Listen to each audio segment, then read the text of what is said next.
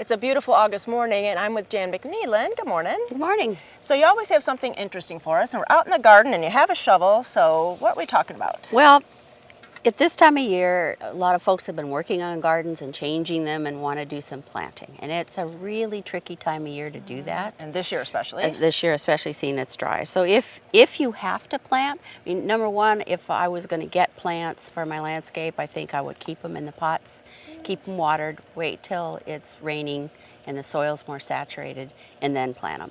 But if you have to plant them, you dig your hole, and this is awful dry here. It is.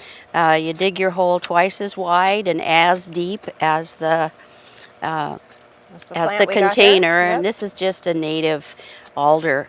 But what I'm going to do is make sure, number one, that the plant itself is well watered in the pot. It is nice and heavy.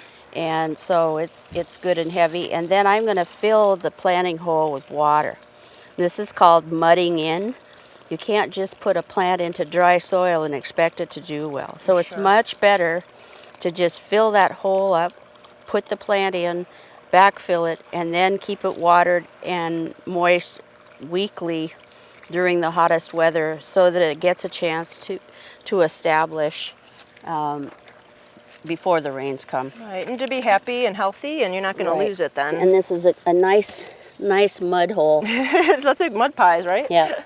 And you want it to come back just at the level it was before. And just fill it in with all this Fill it in, right, and come back, and if it starts to drain out too much and start to raise it up a little bit. Sure. And then put it back in. And then you can always mulch on the top too. Right, you can do some mulches. So that would be the way I would do it. If you're on a slope, I would water very slowly, and I would put some stones or something on the other side of the plant, on the downhill side, to bring some soil back so that root ball has a chance to take in the soil. Yeah, you make like a little dam. Right. And then we have this picture here. We both got muddy hands. Right. So we're going to show you. And so what kind of insect is that? This is a flying termite, and usually you don't see them till September, but my guess is this year we're going to see them earlier. And so should we be worried if we see these No, flying? they're moving nests, and if you don't have any wood in contact with damp soil, you're not going to have a problem. But if you open your windows or doors and they're not screened, you might have them flying around the living room, and people worry, and they're not going to bother your house. They only want to be where it's damp, and this year it's not very damp. Right. So it's really not an issue. Okay. Really not an issue. You get nervous about that. Sure. And then what else do you have? Well, this is a cucumber. A kind of funny That's one. an Asian cucumber, and I've been picking them, and they're like 18 inches long or so. And this is when I don't water consistently. Oh, okay. And that's what they'll start to do. So I kind of slacked off. It's been a lot of watering It's been this a lot summer. Of watering. Yes, definitely. So I slacked off a little bit.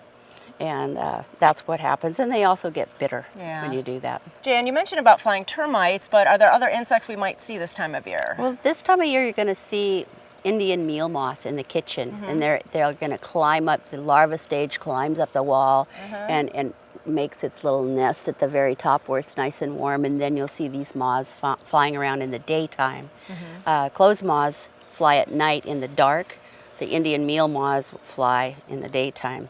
And there is a meal moth trap that's a pheromone trap that if you have an issue with your dry goods, cat food, bird seed, anything that they get into, you can put out these pheromone traps, and they work very well. They attract the male moth, and it takes a while to break the cycle, but they work.